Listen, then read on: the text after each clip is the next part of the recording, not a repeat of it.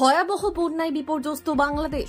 দেশের 12টি জেলার 50 লক্ষ মানুষ জলবন্দী, মৃত 20। বাংলাদেশের নতুন সরকারের কাছে আপাতত অন্যতম একটি বড় চ্যালেঞ্জ হয়ে দাঁড়িয়েছে ভয়াবহ বন্যা পরিস্থিতি মোকাবেলা। বিধ্বংসী বন্যায় বাংলাদেশের দক্ষিণ পূর্বাঞ্চল ও উত্তর পূর্বাঞ্চলের জেলাগুলি মারাত্মকভাবে ক্ষতিগ্রস্ত হয়েছে। প্লাবিত হয়েছে 12টি জেলা। ইতিমধ্যেই মৃতের সংখ্যা বেড়ে দাঁড়িয়েছে 20-তে। ভয়াবহ বন্যার কয়েকদিন পর বাংলাদেশের নিচু এলাকায় জল কিছুটা কমছে, তারপরও ঘরছাড়া রয়েছেন বহু মানুষ। এখনো পর্যন্ত প্রায় 3 লক্ষ মানুষ জরুরি আশ্রয় কেন্দ্রে রয়েছেন বলে সূত্র মারফত খবর। বন্যা দুর্গতদের সাহায্যে তৎপরতার সঙ্গে কাজ করছে উদ্ধারকারী দল, সেনাবাহিনী, বিমান বাহিনী এবং নৌবাহিনীর জওয়ানরা।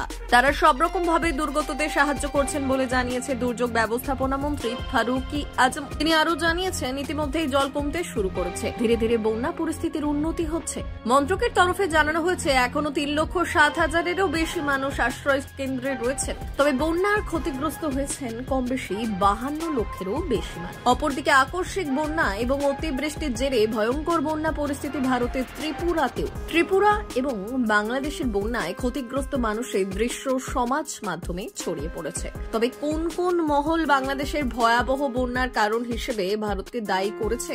যদিও ভারতের তরফ থেকে এই দাবি নাকচ করে জানানো হয়েছে এই যুক্তি ভিত্তিহীন, পরন্তু বন্যা পরিস্থিতির সৃষ্টি হওয়া নিয়ে বাংলাদেশকে আগেই সতর্ক করা হয়েছিল। বিদেশ মন্ত্রক সূত্রে এমনই খবর। ব্যুরো রিপোর্ট, ভুবনগ্রাম সংবাদ।